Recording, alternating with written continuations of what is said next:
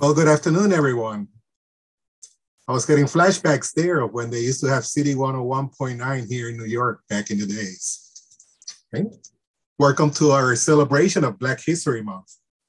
My name is Jerry Rosa, and I am the Director of Student Activities at Hostsos. I have the pleasure of being joined by my esteemed colleague, Dr. Eric Radeski, Director of Governmental and External Affairs, who will serve as my co-host during this event. Please note that this event is being recorded and that there is a live transcript at the bottom of the screen. Today's event will include greetings from the Hostsos president and several of our Bronx elected officials, followed by a discussion on the topic of mental health. Specifically, why is it so hard for people to open up about mental health issues? This is an issue that exists not only in the Black community or in communities of color, but in all communities.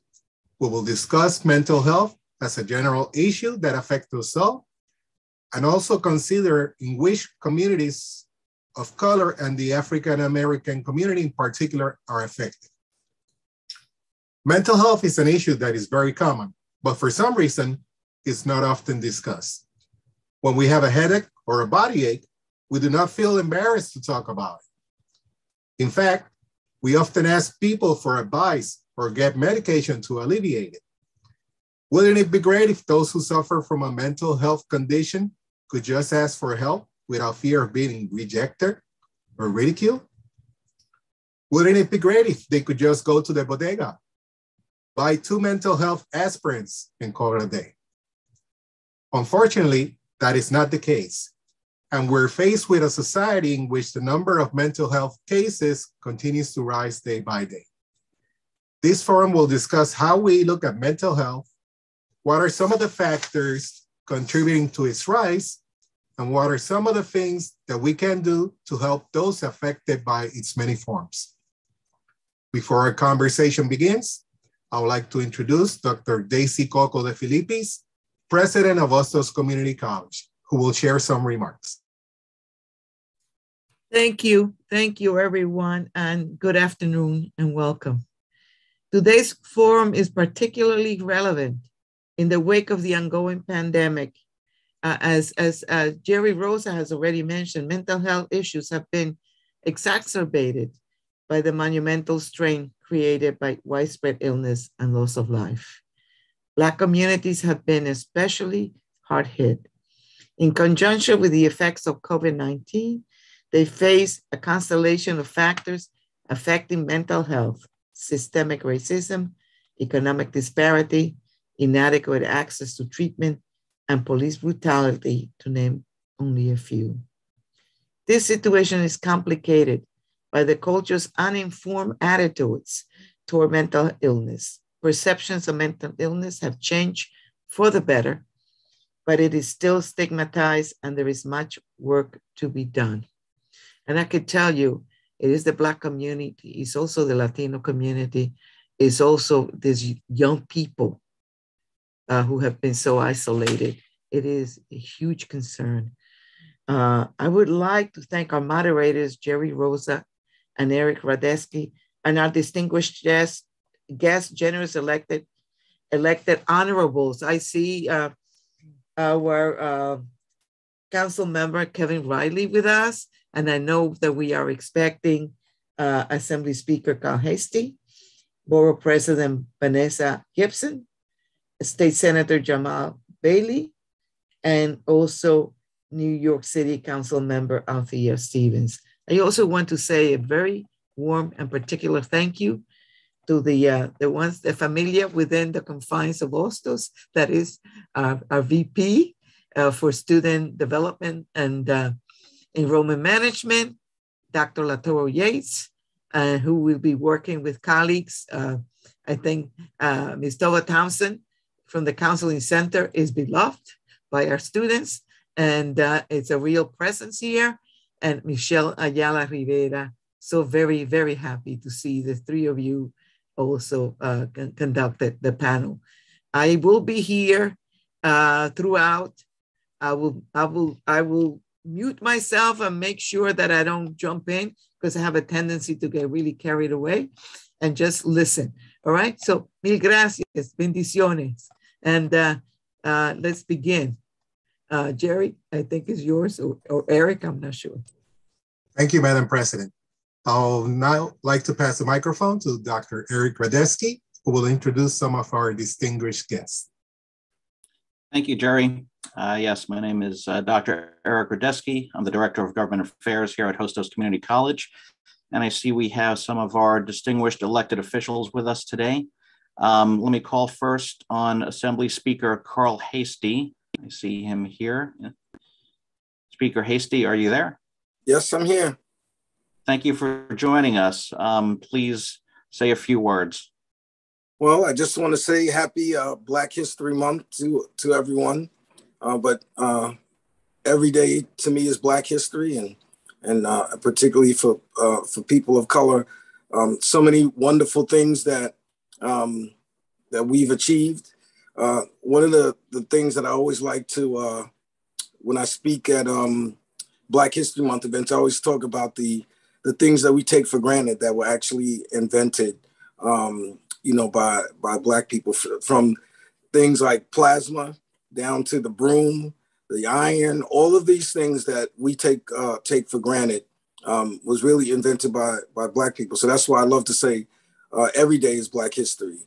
And so to have Hostsos Community College celebrating Black History, I couldn't help but come and stop in and just say to everyone that is on here, as we're all people of color, we all originated from the same place, Mother Africa.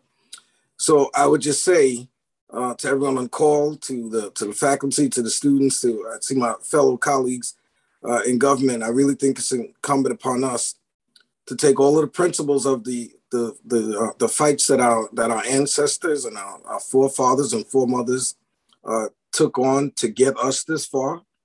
We should now take it upon ourselves to make sure that the generations that come behind us have an easier time than we had, because we all know that we've had some very difficult times. I know for me, being the first African-American speaker of the assembly wasn't easy. When you change history, the present isn't very good to you sometimes when you try to change history and how things were used to being done. But that's our challenge, and that should also be our goal. Again, is to make sure that the next person of color that follows behind me as the Speaker of the Assembly doesn't have to go through the shock treatment that I had to go to, and then it's not we become exceptions. It should be the expectation that we are just as qualified as anybody else to fill any job in any role. So I just want to say happy Black History Month to everybody. Remember, every day is Black History. Thank you for having me. Thank you, Mr. Speaker. Thank you for joining us. And I was remiss in not pointing out you are the first African-American Speaker of the New York State Assembly, which is truly a historic achievement. Thank you. Thank you. Also with us today, we have the Bronx Borough President, Vanessa Gibson, who I believe just joined us. Borough President, are you there? Yes, I am. Good afternoon. Hi. Thank you for joining us. Borough President Vanessa Gibson is the first African-American and first female borough president of the Borough of the Bronx. And I invite you now to give remarks. Thank you so much, and good afternoon, everyone. It's always a pleasure to be with you. Thank you to Hostsos Community College and to our esteemed Madam President and the executive team and the Board of Trustees at Hostsos Community College for inviting my colleagues and I to be a part of this celebration of Black History Month, and it being a reminder of the history, the culture, the diversity, the celebration, and all of the great things that continue to happen in communities of color and certainly African-American pioneers. I am Bronx Borough President Vanessa Gibson. I am proud to serve as the 14th Borough President. And on January 1st, we were so honored to make history as the first ever African-American and female elected Bronx Borough President. And I know that while I am the first, I should not be the last. I am my ancestors' wildest dreams and all of their hopes and aspirations. Many have come before me and have died for the right to be here, and I stand proudly and broadly on their shoulders, knowing that their labor of love, that their commitment, that their fight for racial equality and social justice, civil rights, and making sure that we continue to affirm the rights of Black Americans and women to vote. I am the reason why all of that struggle has been realized. And I am certainly cognizant of that in my role as borough president, and it is something that I never take for granted. While February is the shortest month on the calendar, it is a reflection of all of the great progress that we've made, Black Americans across the spectrum in so many different fields, so many different areas. I am proud to be among so many other history makers and historical figures, like our Speaker of the Assembly, the Honorable Carl Hastie, our District Attorney, Darcel Clark, our Attorney General, Letitia James, and so many others, including our Speaker of the New York City Council, Adrienne Adams. I am so proud to be among this very distinguished group. But really all of my colleagues in government that serve in the New York State Senate, Senator Jamal Bailey, as well as in the New York State Assembly, Assemblymember LaToya Joyner and Assemblymember Chantel Jackson, and certainly in the New York City Council, my successor, Councilmember Althea Stevens, Councilmember Kevin Reilly, and many, many others that serve in the other boroughs. And we are truly a reflection of the diversity of our great borough and our great city. But while we all hold these positions, we have to make sure that we do something with the time that we have. We are all here for a time, a reason, and a season. And it is our job to not only make a difference, but create a lasting legacy for all the young people that follow behind us, to allow them to dream, to allow them to hope, to let them know that their circumstance never determines their future, but they are all destined for success.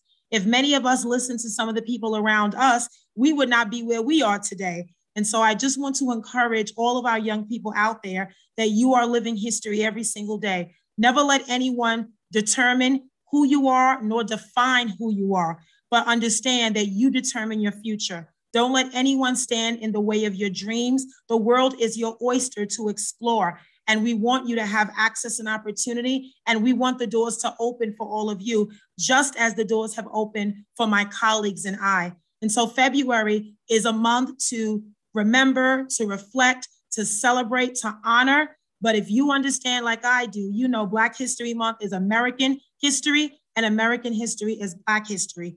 Every month we should acknowledge prominent Black Americans for the work they've done, not just during the month of February, which we all know started out as National Negro Week before it evolved to Black History Month, but it is truly a reminder of the struggle, of the just the incredible things that we've done, of the magnitude of the work that still needs to be done. And when I think about so many other pillars that come from our communities, the everyday heroes, the everyday sheroes, the teacher, the educator, the school crossing guard, the school safety agent, the social worker, the guidance counselor, the mother, the father, the single parent. I think about all of those unsung heroes and sheroes, and we should honor them too. We should honor our first responders and essential workers who do their jobs every single day without any recognition. They wake up with a commitment to serve, and all they want to do is be rewarded for their work. So I am proud to recognize Black History Month with my colleagues in government, with all of you at Hostsos.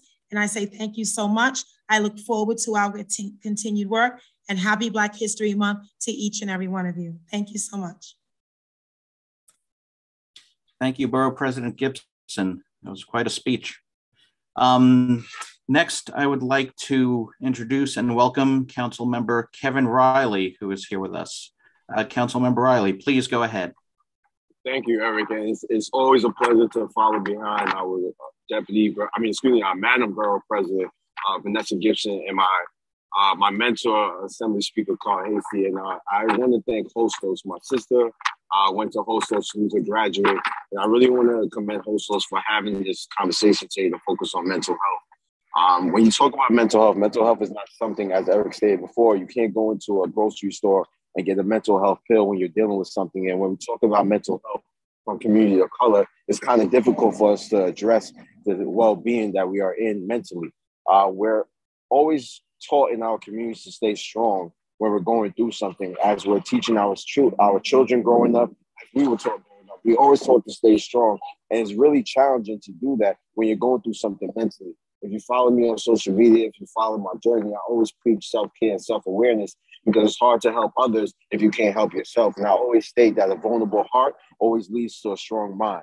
So if you're going to make sure that your mind is strong, you have to make sure that your heart is vulnerable. You have to make sure that you're able to express yourself mentally to others in a safe space. So I just want to commend Hostsos for creating the safe space for us to talk about mental health and how it impacts the Black community, especially after the COVID-19 pandemic, where we've seen so much people in our communities face so much different insecurities and adversities throughout this pandemic. So to have this safe space where you can talk about mental health and create other dynamics where we can address this through government, through community-based organizations, through educational institutions, is going to be very instrumental to us addressing this mental health issue within our communities moving forward. So I would just like to thank you all. God bless you and happy Black History Month. Thank you, Councilmember Reilly. Before I introduce our last elected official, I just want to remind our panelists, our elected officials, that following this, we will have a panel discussion on mental health, and you're, of course, welcome to stay if your time permits. Now we have Councilmember Althea Stevens. Councilmember? Hello, good afternoon, everybody. Happy Black History. I'm always happy to talk after all these great people. And thank you, Speaker Hasty, Madam Borough President, my predecessor, and my sister, and my mentor, and Kevin, who now is like my little brother. So I'm just so happy to be here, and we are amongst family. My daughter actually just graduated from Hostsos this June, and now she's attending Borough. We are a CUNY family, so I definitely believe in CUNY and always supporting and bigging up the work that we all do. But I'm really happy to be here and be a part of this conversation because, like so many people who have said, Black history is American history, and it should be celebrated every day, right? And, you know, I do think that we have gotten to a place where actually pushing Black identity forward, a lot of people feel like you're being anti everything else. And so we are often downplaying our successes because other people are not comfortable with that. And so for me, I'm always like, how am I going to be unapologetically Black? Because that's really important to me, because our culture is important, and we built this country and we continue to build this country and save this country. So for me, I'm always excited to make sure that we're here and we're speaking out and we're shining a light on all the great things that we're doing. You know, the fact that we're still in 2021 and we're having the first Black borough president woman. I mean, that's crazy. The first Black speaker in the city council in 2022. These things are, it's kind of shocking to me. Are we excited about it? Absolutely. But those things shouldn't still be going on, you know, because all of the work that we've been doing and pushing forward. But I'm excited to be here and be a part of this team. I think especially in the Bronx, we have some of the best electeds that you can think of, and we're represented very well in the Bronx. And, you know, we have a lot of Black and Latino leadership, and we're all working together. So, you know, that is just, to me, the dynamics of what we're doing of pushing the borough forward. But I do want to speak a little bit about mental health. I think that it's important that we're using this time and space to kind of highlight that mental health in our community, because that is something that's in the Black community that's still stigmatized and we don't talk about and it's not promoted. Like Councilmember Reilly said before, we're often just told to be strong, or you can pray it away, or, you know, it'll be all right. But the reality is, a lot of times these issues that we're talking about are mental health issues. You know, going to therapy isn't something that is often promoted or talked about. A lot of times it's, you know, I remember growing up hearing what goes on in this house stays in this house, right? And those things are problems, because we are actually really telling people to suppress their trauma. And so for me, I'm always talking with, we need to make sure that we are creating space for people to feel comfortable to share their experiences and uplift it. Also normalizing going to therapy. I love that, you know, we have like Charlemagne the God, who's been talking about going to therapy, and even folks who have hashtags like Black Joy Love and Black Boy Joy. Those things are important, because those things are not often amplified in our community. So today, I just want to say that we have to make sure that we continue to push this conversation of seeking mental health, making sure that people are understanding that it is okay to have these moments. Depression is a real thing in our community, and it is not okay for us to suffer in silence. So talking to people, making sure we're checking in with one another, encouraging people to go to therapy and speak to social workers. But the other thing is we also have to make sure we're investing in those programs, right? How are we investing in the community-based organizations in our community that do the work and that look like us and can identify with us? One of the things I'll share really quickly before I stop talking is I remember when I was looking to go to therapy, and it was so hard for me to find a woman of color. And I just thought that it was really important because they understand your experiences in a very different way. But one, we don't have a lot of people in this field. And so one, we should be making sure that we're encouraging people to seek that field, right? How are we building a pipeline for people to be in the mental health profession and not just caseworkers, right? We often have that, but how are we supporting people to become therapists and psychologists in those professions? Because it's just something that doesn't happen. Because when we're not in those spaces, things like over-medicating our kids or not being connected and having understanding the cultural relevance often comes up. So for me, I think places like Hostsos continue to do the work that you're doing, because you're the education pipeline that can really encourage our kids to get into this field and make sure that mental health is a priority in our community. So thank you all, and thank you for having me. Thank you, Councilmember Stevens, for those words. That's a great way to get us ready for the panel discussion.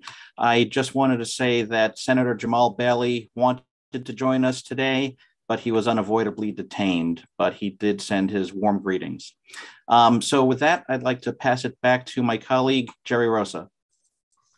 Thank you, Eric. I would now like to introduce the person who will be leading this conversation as the moderator.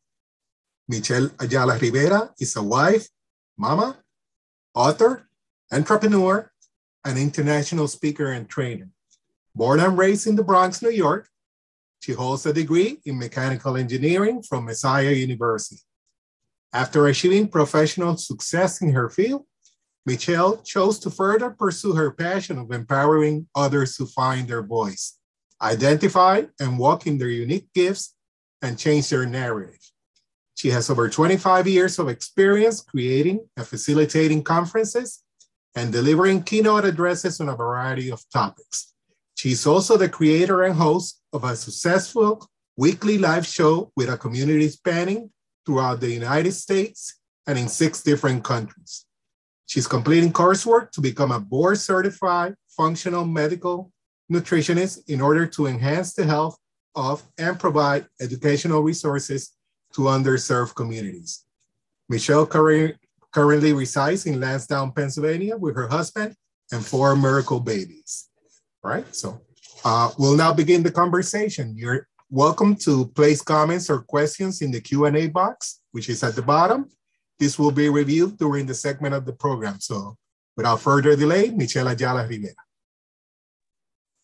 Thank you so much. It is such an honor to be here. I'm so excited. This is very much near and dear to my heart, being from the Bronx and hearing it's hard in Pennsylvania. I get to hear my accent. Everybody's talking. We all sound the same. We all have the same cadence in how we talk. We all have the same energy. I am so thrilled to be a part of such an incredible event. So we are going to get started.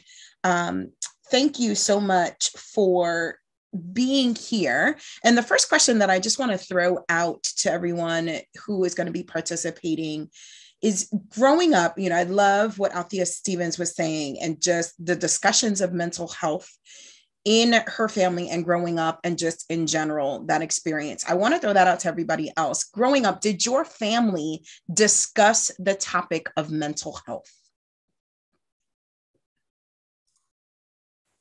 Hi, I'll start off. My name is Latoro Yates. I'm a new Vice President for Student Development and Enrollment Management at Hostsos Community College. Today is 1 month on the job, and I'm here, hit the ground running and ready to serve the students of the South Bronx and the Bronx at large. Growing up, my family, I'm from the South, so my family owns a church, and I would say teeter the line of almost being evangelical in the way that we are Southern Baptists. And a part of, as someone mentioned before, that if there was an issue, that issue was taken care of in the house first and in the church second. And I can count on more than one hand how many times I heard that you could pray your way out of situations. And I do believe that you can pray your way out of situations, but there is a need to have additional resources. And for many of our youth, unfortunately, it's not perceived that the issues that they're going through are that serious. And before social media, some of the ways that these messages are put out of some of the struggles, it wasn't that way. So these struggles still existed, but the knowledge of how severe these struggles are having was different back then than what it is now. So I think if I would have had the access to mental health resources as a youth, it would have helped me to move faster in my progression to just literally trying to be healthy. So in essence, I grew up in violence. My father was murdered when I was 15 months old. So my mother raised 3 boys in that circumstance, and she raised us as to be healthy individuals, but we didn't have access to the type of resources that was needed to help us heal through that trauma. So a part of who I am today is based off of living through that trauma. And my goal is to try to help as many young people as possible to know that there is a way to help them deal with their everyday life and things that are serious to them. Thank you. Thank you, Dr. Yates. Anyone else? These conversations, what did they look like? What did they sound like in your homes growing up? Let me unmute myself. So I'm Tova Thompson. I'm one of the student psychological counselors in the counseling center here at Hostsos. And so I'm very happy to be here. So thank you all for this space. You're right, upbringing brings a lot to the whole plate when you look at everything. And so my upbringing, I'm first generation. I came here from Jamaica. And so Caribbean background, we don't talk about this at all. You function from a space of survival. To be able to say I'm not okay is not acceptable. To say that I need help is not acceptable. To say I feel is not acceptable. We understand anger. That is something that is okay. That is something that is all right. And you learn to just suppress whatever you're feeling. You just put it to the side and you do what you have to do. You learn to function. And if you see someone that's not capable of doing that, then now this person is weak. They're just a madman. They're just a mad woman. They just don't care. And those are the messages that were pretty much ingrained. So for me to be the person who wants to talk about feelings, no, this is not what we do. Don't do that. And it took a lot of courage to be the one in my family to say, hey, this isn't right. And even as an adult, we can now have these conversations, and I'm grateful for that. I was helpful in bringing around that change within my family, but that was not an easy task. You know what I mean? That was a road you had to travel alone. And so being able to say, okay, I'm okay with traveling this road and being the one to bring about change because I realize there's something more. There's something else that needs to happen to make us all be okay in the long run. And not just okay in the space of I have a roof over my head, shoes on my feet, and clothes on my back, and food on the table. Because oftentimes when you're functioning from the space of survival, this is all that matters. But do I feel accepted? Do I feel okay in who I am? Am I all right with being sad? Am I anxious? Am I nervous? Am I worried? These are all things too that are a part of the human experience. Thank you so much for sharing that. Now, it's interesting that you're saying these things, and please, elected officials that are on, we are so happy that you're here. We invite you also to share your experiences. If there's anything that you feel you'd like to contribute with respect to these questions that we're asking, please do, because it is a great conversation that we're having. And like Tova was saying, it is in essence a very rare conversation that we need to make a lot less rare. So it's forums like this that start the conversation, but this certainly shouldn't be where it ends. This should be the beginning of things. So I loved to hear both of you sharing, if there's anyone else, again, please feel free about the conversation and things like that. Jerry, I see you're unmuting. Yes, we have a hand raised in the audience. Okay. Hi, good afternoon, everyone. My name is Karen Martinboro, and I work in the Human Resources Department. And I'm grateful for this space. I'm here listening with my kids. I'm working remotely today. And I have 2 young adults with me. And they encouraged me to say something because, like Ms. Thompson, I have a Caribbean background. And I don't know how much you guys know, but being from the Caribbean, you are told to shut up, toughen up, put on a brave face, smile, suppress your feelings. And I've seen where this hurt me, but it also hurt my children too. So I'm trying to change that. Every day now, I try to think before I act. I try to be calmer when I'm dealing with my young ladies. And I have a son as well. So I'm really thankful for this opportunity to hear what you guys are saying and sharing, and also consider it me learning more to deal with my young people at home. So thank you. Thank you so much for sharing that. No, I love that it's all a very common theme with that, being communities of color, coming from the Caribbean, coming from places. It's sounding like the theme is the silence is very much a part of our identity and our culture. It is very much like Tova was saying, like a sign of strength. It's told to us as, being silent and just sucking it up and dealing with it is a sign of strength. So what made things click for you all that have shared, and anyone else that's listening? How do you make that distinction between still being very proud you are in your culture, and yet you are doing something that seems to completely defy it by having conversations, by seeking mental health? What things clicked for you? If I may, it was probably 4 or 5 times when I asked for a number for a therapist from a friend. I know he had went to the therapist, and I saw before I knew why, but he just had this bright light about him, and I asked him about it, and he shared that he had started going to therapy. So I asked him for the number the first time, and then I went home and I started talking to family members and asking questions that people thought about this. And the reaction that I received from family members and friends about therapy was so almost, it was almost vicious. It was just like, why are you even bringing this up as something? We don't do that. We don't talk about that.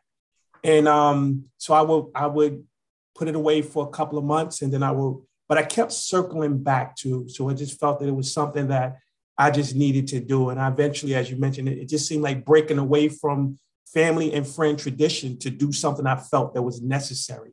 I wanted to learn coping skills. I wanted to understand myself better. And I searched out, and I was able to find a Black female Christian woman. And she has just been so amazing. And it's been 4 years for me that I've been going through these sessions. And I go and I feel so empowered, because sometimes it's easier to be able to talk with her about things that I can't as easily talk about with family members or talk about with friends. And since I've been on this journey, it has made that conversation so much easier for so many others in my family to start. I helped start those conversations, but it was something I found that many in my family wanted to start therapy or think about therapy or start walking towards it, but face that backlash that sometimes comes from even just asking questions about it. So I try to provide a shield in my family to at least create that options for others to search out, because to me, it's about healing. And that's what it did for me. Awesome. Ms. Thompson, would you like to share? So I think for me, it's always been somewhere there. It's within my temperament, because I always say, thankfully, I get paid to be who I am. When I made the decision to go to grad school to get my degree in mental health counseling, and I'm hearing some of the things that they're explaining, I'm like, oh, that's what that's called? Because these are things that I've always done throughout my life with family and friends. And so although we like to keep everything to ourselves, when we do find someone who's willing to listen, people will talk, right?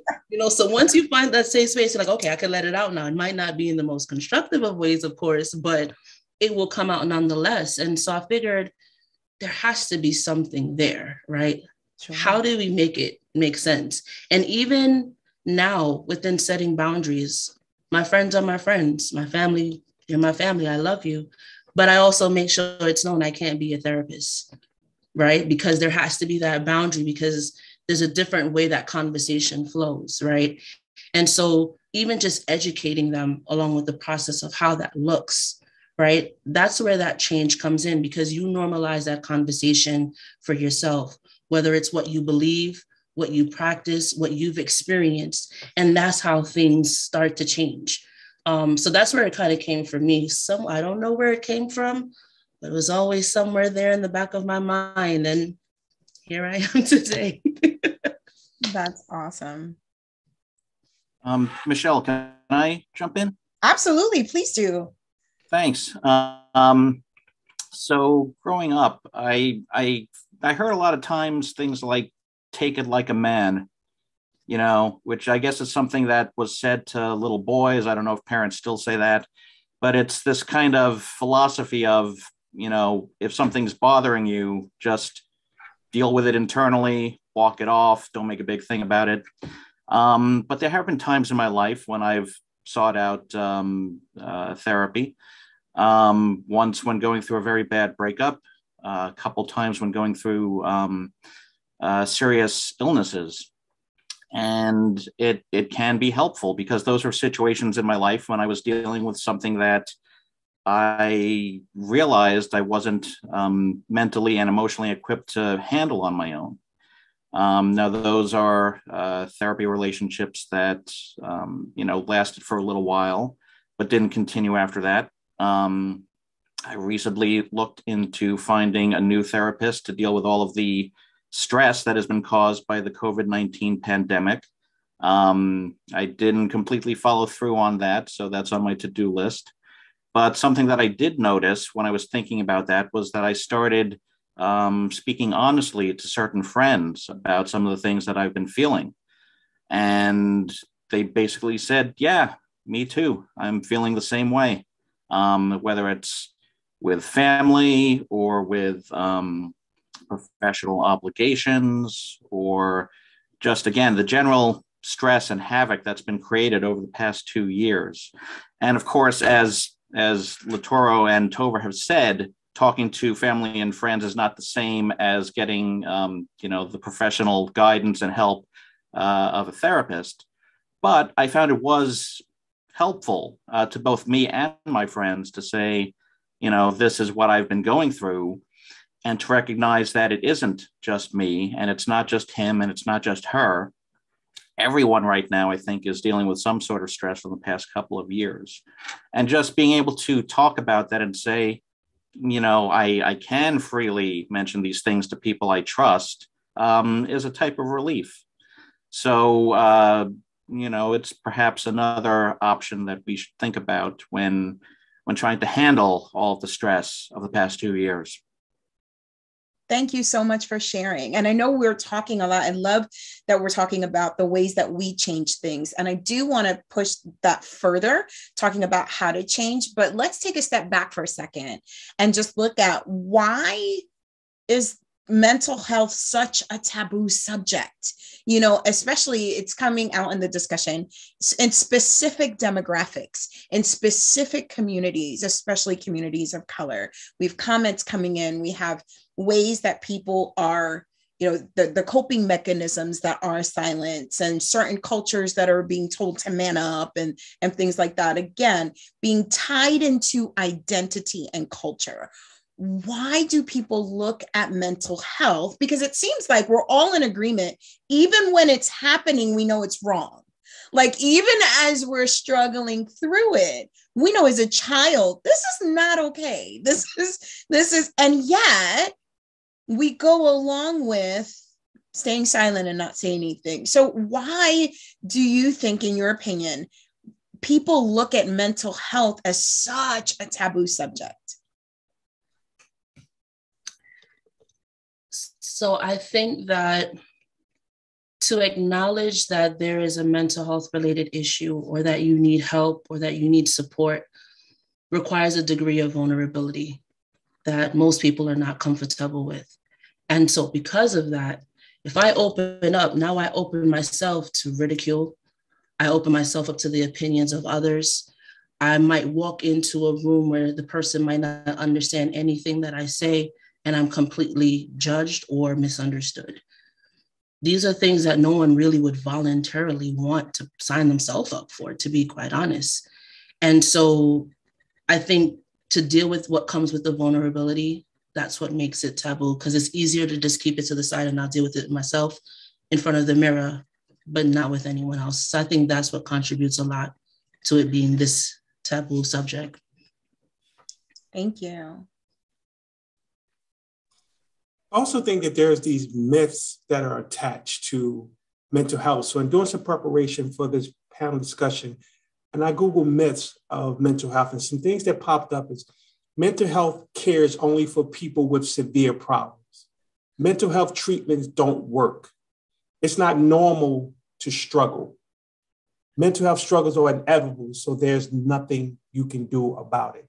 So when you have so many of these myths that are so prevalent out there, and it crashes or clashes against what we define as culture, depending on the background, those are some of the things that can prevent people who are so interested or think it's necessary from doing it, because you go against the culture of what's happening inside the home, as we mentioned, inside the church, inside the community, and then you match that with some things that you're already hearing, and that's not coming from professionals. I found it interesting that one or two family and friends that I did talk to about mental health, they had a negative opinion about it, but it was because of they went to sessions younger at a different time period and just had a bad experience with that one therapist. So for them now, all therapy is terrible and nobody should ever go through it, versus it could have just been, they just didn't have the right match.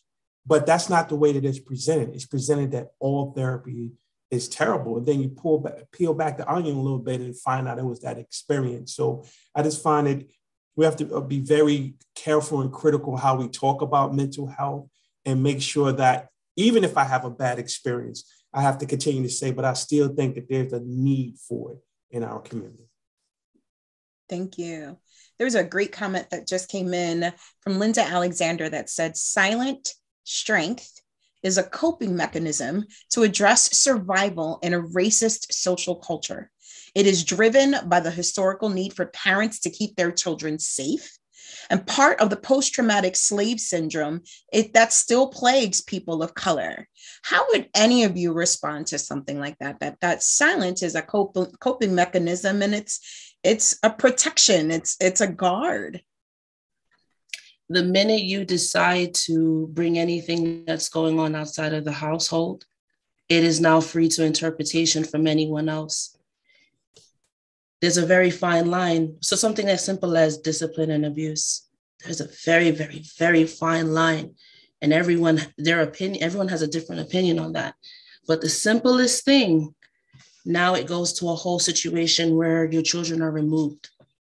If you have a child in the classroom and they like to speak up and they like to advocate for themselves, now they have a problem. They may be placed into a different classroom. So something as simple as where the intentions, there was nothing ill within the intention, but now there was a whole problem that literally trickled down afterwards.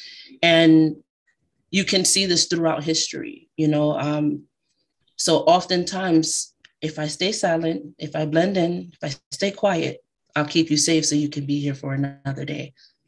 There are comments coming in as well. And thank you for those that are putting something in the chat and in the Q&A.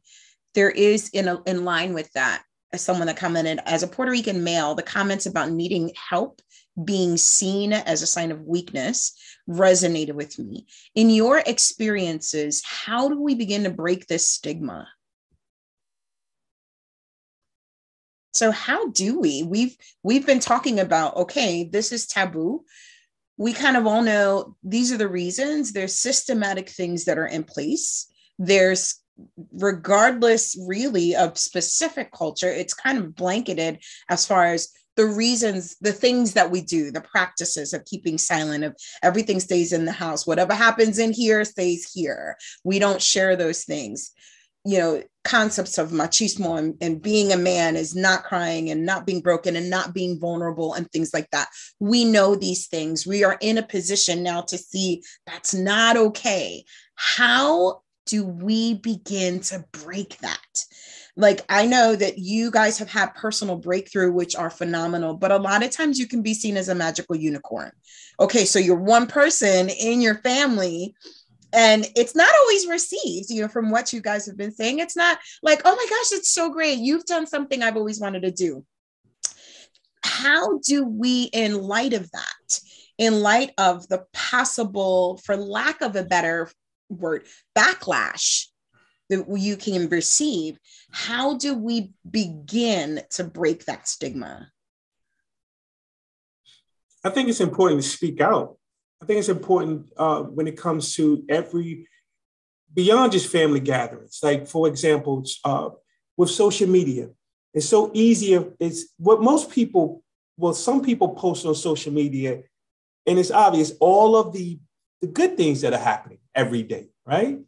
Or it's a good vacation, or I got a job promotion, or I got something that's positive, and I support that. But I think it's equally important to talk about issues that are impacting our lives. Like, I talk about mental health on all the social media platforms that I'm on all the time. And it's interesting, I had a family member said, well, you've made it through school and you work at a college, so you need help. Like, it's like, yeah, everyone needs help. Yes. So the more that we can make securing health a normal thing and make it and to me, it's opening doors for others to be able to walk through the door. So sometimes we have to be the ones in our community to step forward. And when we hear someone talk about mental health, or when we hear someone talking in a manner or writing in a manner or reaching out without reaching out, that we acknowledge it and then be able to, I do it often where if I see a post or something, I would inbox a person and just say, hey, if you need to talk, I'm here. The person didn't ask for it, but the type of post that the person is making is that it seems that a person is in distress. And just being able to reach out to people and make this experience real for people and put ourselves out there. And again, I think Tova said it perfectly. When you put yourself out there in this way, it opens the door for others' perceptions and interpretations. Mm-hmm. And I'm okay with that. So if it's something that I feel that could be helpful, I will talk about it and speak about it in every platform I have an opportunity to do it. Thank you. Yes, I agree. Vulnerability tends to be contagious. So, Tova, you look like you were going to say something. The other thing that I would add to that is being consistent.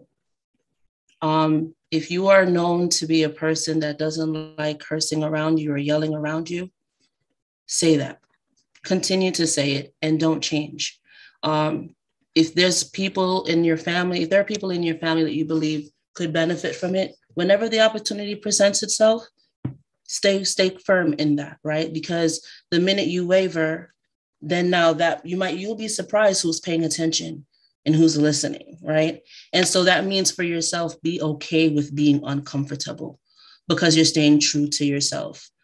And even in your spaces of sharing with others, do it your way. I think that was one of the things that I kind of struggled with a little bit as a new therapist, because, you have what the book tells you, what you learn and the tools and all of that. And I agree with it, but how do I do it? And so I found myself struggling. Oh, it's supposed to be this way. And I had to remember there is a reason why I chose to do this. There is a reason why I am in this position.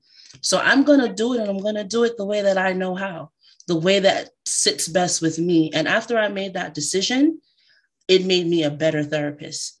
I've had many people who said, I didn't think therapy would be like this, And looking at those benchmarks in those sessions when they can say, oh, I had a conversation with someone else about what therapy is like. And I recommended them to do it for themselves. This is how you change the perception. This is how you change the conversation, by being consistent with who you are. Yes, yes. Go ahead, Eric. Thank you, Michelle. So I'm reminded of a quote from, I believe it was Gandhi, who said, "Be the change you want to see in the world." And something that I've reminded myself in moments of real frustration is that I can only control my own actions. So while I might like the world externally to change, the only person I have control over is myself. So I need to try to find ways to, with everything, including mental health, be the change that I want to see. And when I think about different people in my life who have been mentors, who have been helpful to me, whether in school or in a professional setting, some of the most helpful things they ever pointed out to me was, that they don't have all the answers, or that something that I identify as a concern, they'll say, yes, that's a concern to me as well, whatever that might be. So those were powerful learning moments for me. And to the extent that I've had the chance to provide leadership or mentorship to people who are younger than me, usually in professional settings, I try to communicate that as well when I think it's appropriate. Like, just because I'm a little bit older and maybe have a little bit more experience doesn't mean I have all the answers. And I hope that they take comfort in someone who has, I don't know if I'm a mentor, but someone who to a younger person might seem to have a little bit more clout. I hope that they take comfort in someone like that saying, I also worry about some of these things, and it's perfectly natural for you to as well. Thank you so much. Another theme that keeps coming up is just that, having the conversations, having the courage to have the conversations, having the courage to say the things. Tova, you were saying that, my therapy didn't look like the things that we were reading in our books and everything else, the textbook. And I think it needs to be said, because those textbooks were not written from a cultural perspective, or they weren't written from the demographics and the communities that we seem to be a part of. It wasn't written by people of color and those communities, which that culture is very much a part of it. Someone, Diana said in the comments, increase the number of culturally competent mental health practitioners. That can't happen if what is being taught tends to be not in line with the culture that we're dealing with.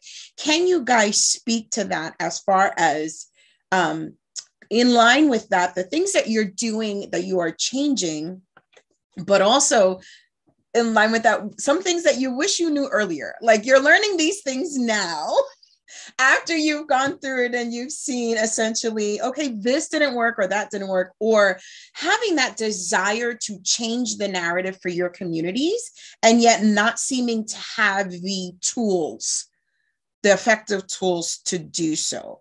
What are some of the things that you wish you knew earlier, and that you wish people of color or people in certain demographics knew about mental health? I think this, growing up in an urban environment, I think so many of us in that experience are in survival mode from birth. And by being in survival mode, it takes away the opportunity to sometimes dream about other things. So being able to focus in on something that you may not even know is actual trauma was something that I struggled with. And having the resources to be able to secure the type of treatment that could be helpful. One of the things that's been, we can extrapolate from the COVID-19 pandemic is the number of people that, and people of color and people in urban environments, rural environments, that just don't have adequate access to healthcare. And making sure that we make available the resources that are out there for people. And make sure that as we move people out from a social mobility index, and we get in them and we're helping them as far as academically and educationally, and they're receiving the credentials that can help them to be able to secure a future and a career, but to also add mental health as a major component as we continue to grow. As that's how I look at myself. I think opening a door for more experiences that focus on positivity. A person deciding to send an email, sit down for a phone call, or walk into your office, that takes a lot. And acknowledging that strength from the very beginning, to even begin asking the question, acknowledging that as well. Another thing that I think was really helpful too is making sure that you highlight that you are the expert in your life. My job is to support you, because it doesn't matter how many techniques or skills or degrees I have, I can't be an expert in your life. You are. So when you give them that space where I'm the expert, then they can share, and then you break it down and you work through it together. That's what that therapeutic relationship is. That's what building that rapport is, working side by side. I think another thing that I think is really important for people to know is that, and I think someone alluded to it earlier, you don't have to come when it's beyond your control. You don't have to wait till it gets that far, right? Because, and I like to compare it to going to the regular doctor, going to the dentist, right? You know, if you wait too long, it won't be so nice, right? But if we make this a routine, you want to do your hair, your nails, whatever it is, associating it with regular parts of the normal human experience. That way, it doesn't seem like you're doing something different. The more you normalize it, the more normal it feels when you decide to seek it or you're curious about it. And then also making sure that they know that, because a lot of people would come to therapy with the mindset, oh, you're going to fix things for me. You're going to give me the answers. No, we create a space for you to explore and be able to find that out and to experience yourself in a different way. And that they have rights. A lot of times people feel that, well, just because you said this, this is what it is. Or this is who I'm paired with. This is who I have to stay with. If you and that person don't connect, you have the ability to find others. If there's an assignment that you get and you don't understand how it connects to your treatment goals, you have the right to ask questions, because this is a commitment and an investment in yourself, not in your therapist. And so those are the messages in the very beginning. Those are the conversations that happen. So long after, these are the things that you also go back to, because when you choose to seek help, you're seeking it because there's something that you need within yourself. And when those good moments come, when those milestones, when you reach them, you're the one that feels that as well too. And you build that foundation from the very beginning. Thank you so much. I want to circle back to something that you said about that I think is really crucial. You were, both of you and everyone that's been contributing has been talking about, but specifically talk about something you said as far as acknowledging the strength that it took to just make the phone call or send the email. That in and of itself seems incredibly empowering.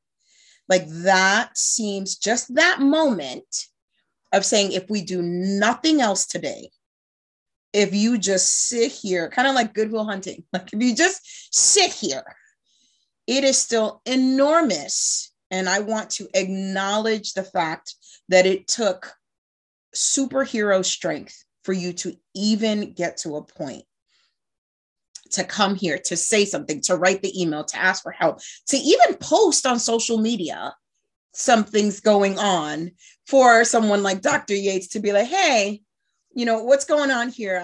I'm noticing that. It seems incredibly empowering to be able to explain to people that you are essentially dating therapists. The control is in your hands. You get to choose who helps you. You're not going to this because you're helpless. You're going to here, you're seeking help because you want to be better. But you, again, a position of empowerment, you get to ask questions. You get to say no. You get to walk away. You get to control the situation. Do you feel, in your opinion, and the things that we've been talking about, that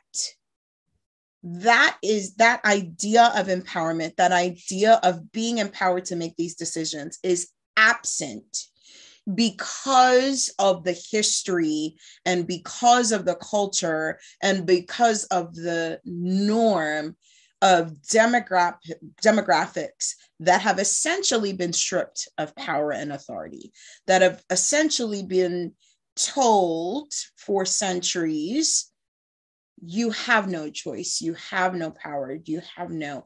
In your opinion, do you feel like that underlying unspoken, maybe subconscious kind of understanding plays into the resistance of seeking help, of saying something, because they feel like it's just going to be something else that is forced upon them? I definitely think that plays a part, and that's why it's important to have those conversations, redefining what independence is, what strength is, because perception plays a big role in how we function, and how we see ourselves in the world. So yeah. I also think it's important for someone to just say, it's okay. It's okay to go out to seek services, to seek help. There's a researcher named Prudence Carter who wrote a book called Keeping It Real.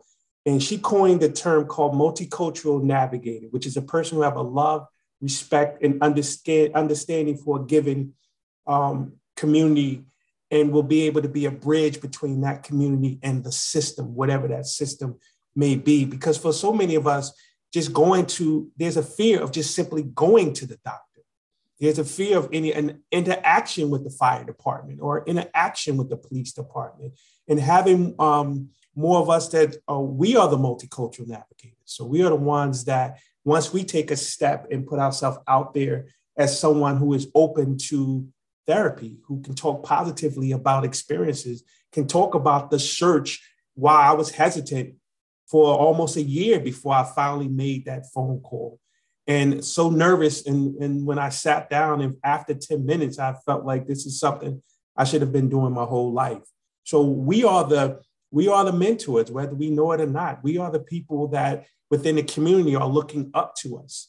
And if they see us moving out of survival and into that next step, and then a step after that, and a step after that, I think we can be that bridge for them to help them to feel more comfortable and understanding their power, no matter what the situation, no matter what the dynamic is, knowing that they are in control. Thank you so much. Go ahead. And another thing I would add to that is we are also the ones that can translate it back. So we can speak in this way, and then we translate it back. So you would have a situation where the goal is A, B, C, and D. We have to break it down into 1, 2, 3. And then once you have an understanding, I give it back to you in A, B, C, and D. And now you feel even more empowered because this term is no longer foreign to you. It is something you now accept, you've worked through, you've created, and now you've established some ownership in it yourself. Yes. Do you feel like, continuing a little bit with the empowerment, and then we'll shift gears a little as far as moving forward from here. How significant do you think it is to have people in mental health services that are people of color? Is it super significant, or is it enough to just have training for people who are not people of color, but training to work with communities of color? My answer to that, I would say there is power in representation. There's definitely power in representation, but there's also power in transparency. And so both of them have to function in the same space, because even though I may be a Black woman, I can't speak for the experience of every Black woman, you know? So finding the balance between the two, that's where success lies. Thank you for that. Anyone else before we just move the conversation? I know we have a few minutes left before we open it up to questions from the audience. Okay, and there are a lot of, by the way, in the comments, a lot of thank yous come to people that are speaking, that are sharing. Thank you guys so much. There's tons of things that are coming in. I'm trying to make sure I'm staying on top of that too. Moving forward and just kind of It's very easy to stay in this conversation and to marinate in this and to go over lamenting what the issues are and the lack of representation and the taboo and the stigma and the cultural aspects and the challenges. But there are things that are in place. There are things that are in place to move us towards a position or a place of being better capable of taking care of our mental health. What are some of the anticipated government initiatives that address these mental health issues that you know of, or things that your office is providing, your position, the position that you're in? Can you speak to those things that are being offered moving forward and the solutions that are in place?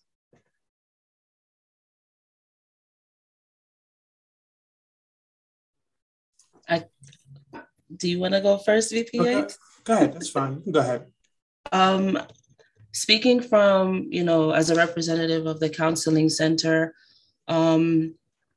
we've tried to incorporate different ways to make therapeutic topics or mental health related topics less intimidating.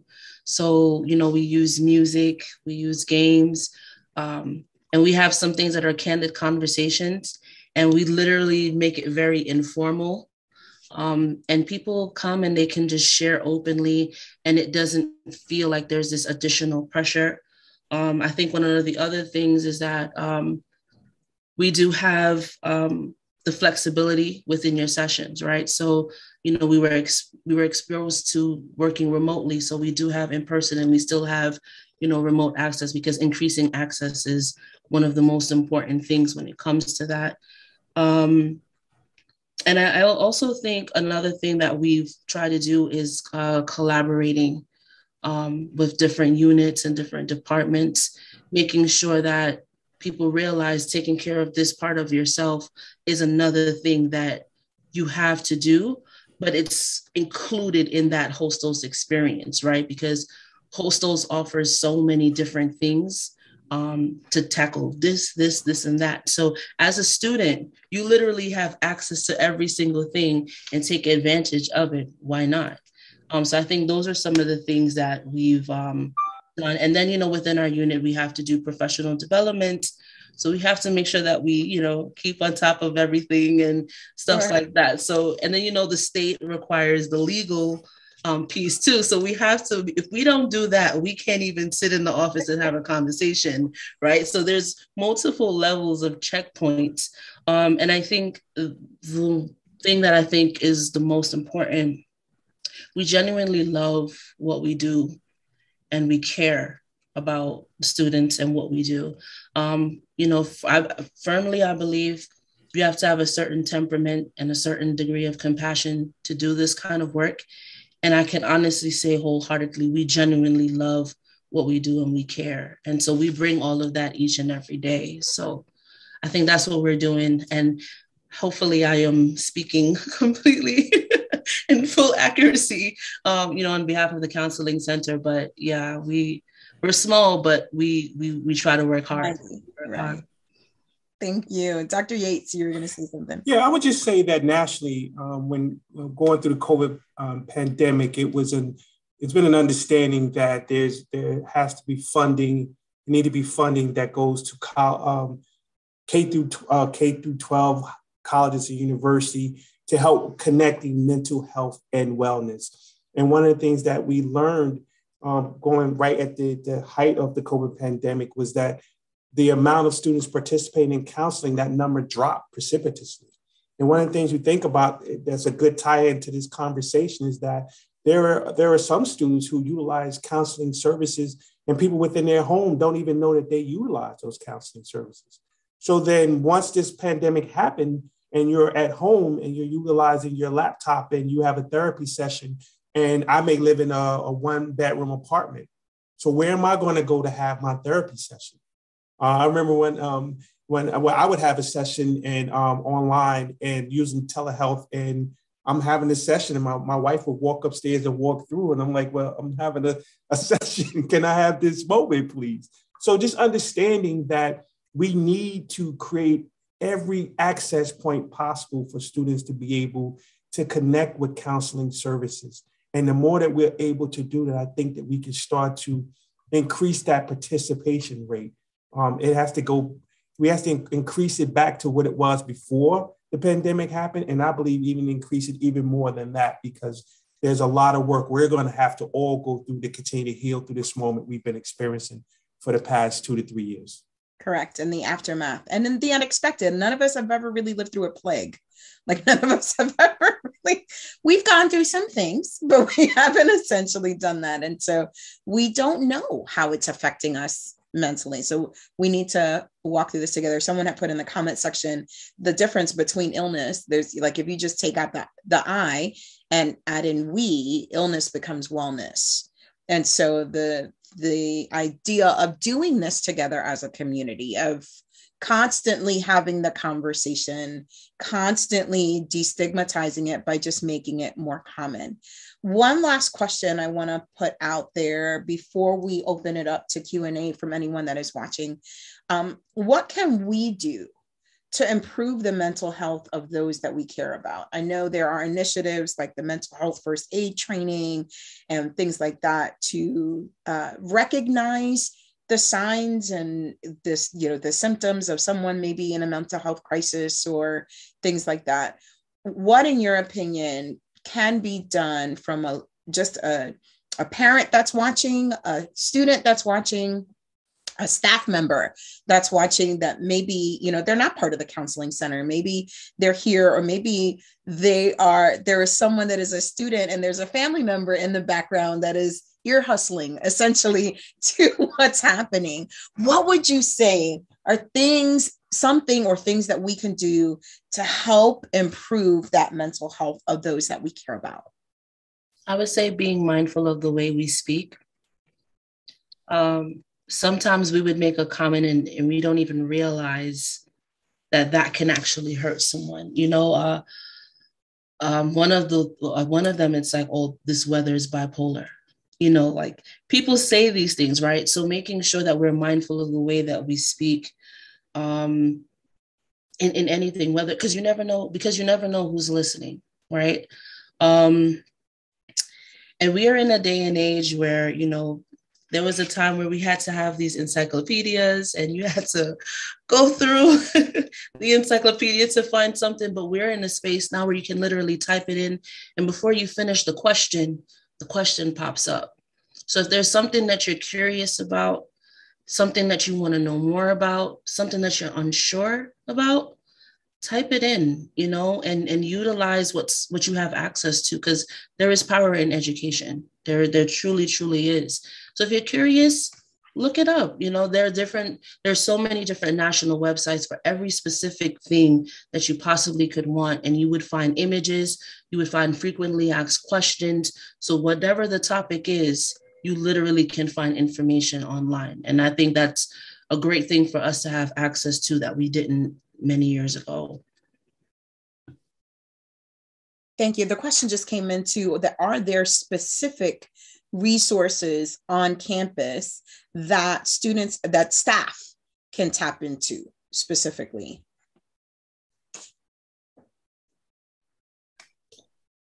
I do know that there is a program. There's an actual training that is for faculty and staff. It's the Cognito program, where literally it will take you through like some vignettes and things like that, so you can learn how to respond to certain things and different topics and stuff like that related to students. And there's like little questionnaires that you can answer. So that's a training that staff and faculty have access to within the Hostsos community.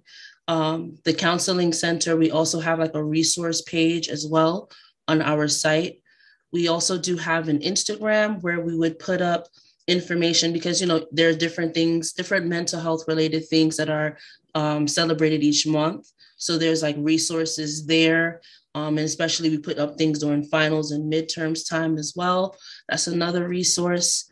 And we also do presentations. That's another thing when it comes to outreach. So if there's a department that wants to know a little bit more about how to refer a student or how to manage certain topics that might come up, we can do presentations for that. or if there's a professor, they want us to come into their classroom, whether it's virtually or in person, and we can, do a 5-minute spiel, or we can be there for the whole duration of the class. We can do that as well too. So there's a variety of options, and, options equal access, right? So whichever works best, so there's definitely quite a few from us specifically within Hostsos. Thank you. And I see Dr. Yates is putting lots of really informative links and websites in the chat as well. So please be sure to check those out as you are, even if you need to take a screenshot and take a look at them later on. Was there anyone that wants to just, as we're bringing this to a close, and I'll turn it over to Jerry, just some closing remarks, just in general about the things that we're talking about here, breaking down the stigma, making it less taboo, getting the help, making this more normal, addressing the elephant in the room, essentially, of the pandemic that has, affected us and our mental well-being, even for the sheer not having experienced something like this before. Any closing remarks from anyone before I turn it over to Jerry? I'll just say that it's normal to struggle. I put in the chat that 20% of people in the US suffer from anxiety, and approximately 7% experience an episode of major depression. So when we go through our daily lives and we go through these moments, it's important to know that it's normal, and it's something that we're not the only ones that are experiencing it in a given moment. So, my statement is to say something, like to reach out and to move away. Don't let the stereotype or the negativity or backlash or any of it stop you.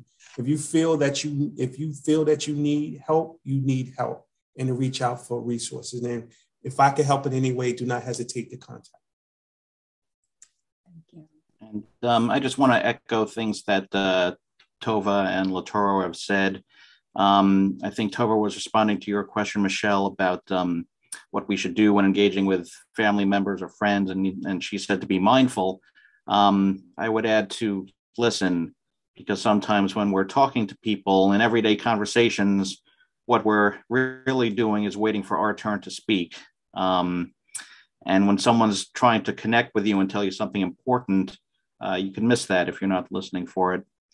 And what Dr. Yates said that I think is also very important was this idea that if you try therapy and you don't like the therapist that you pick, that doesn't need to be the end of your, delving into that world. If the therapist doesn't work for you, time to find a new therapist. It doesn't mean that therapy has no value. So that's all I'd like to add. Thank you. I would say no man is an island and no man stands alone. We need each other.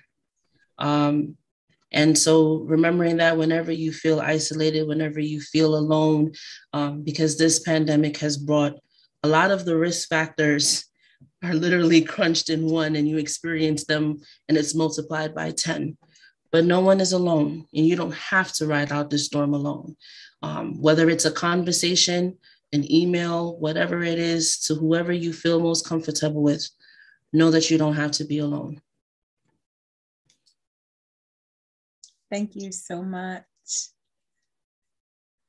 Well, I want to thank all of you that were just here and contributed, and heartfelt, again, just seeing comments that are coming up in the chat about how grateful people are for the sincerity and the vulnerability and the authenticity. And this is certainly just one of those things that can begin the conversation, like we said, and just be that first domino that keeps knocking those other ones down. So with that, I will turn it back over to Jerry. Thank you again, panelists, and everyone that shared today. All I keep seeing is that it was incredibly helpful. So it was just an honor to be here today. Thank you. Thank you, Michelle. So let's give a big hand to our panelists and our moderator for such an engaging conversation.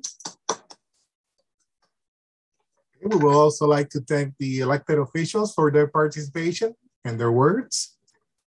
We would like to give special thanks to the Counseling Center, especially Tova Thompson, for their words, and the Division of Student Development and Enrollment Management for their support in making this event possible. Additional thanks go out to the President's Office and the Office of Communications.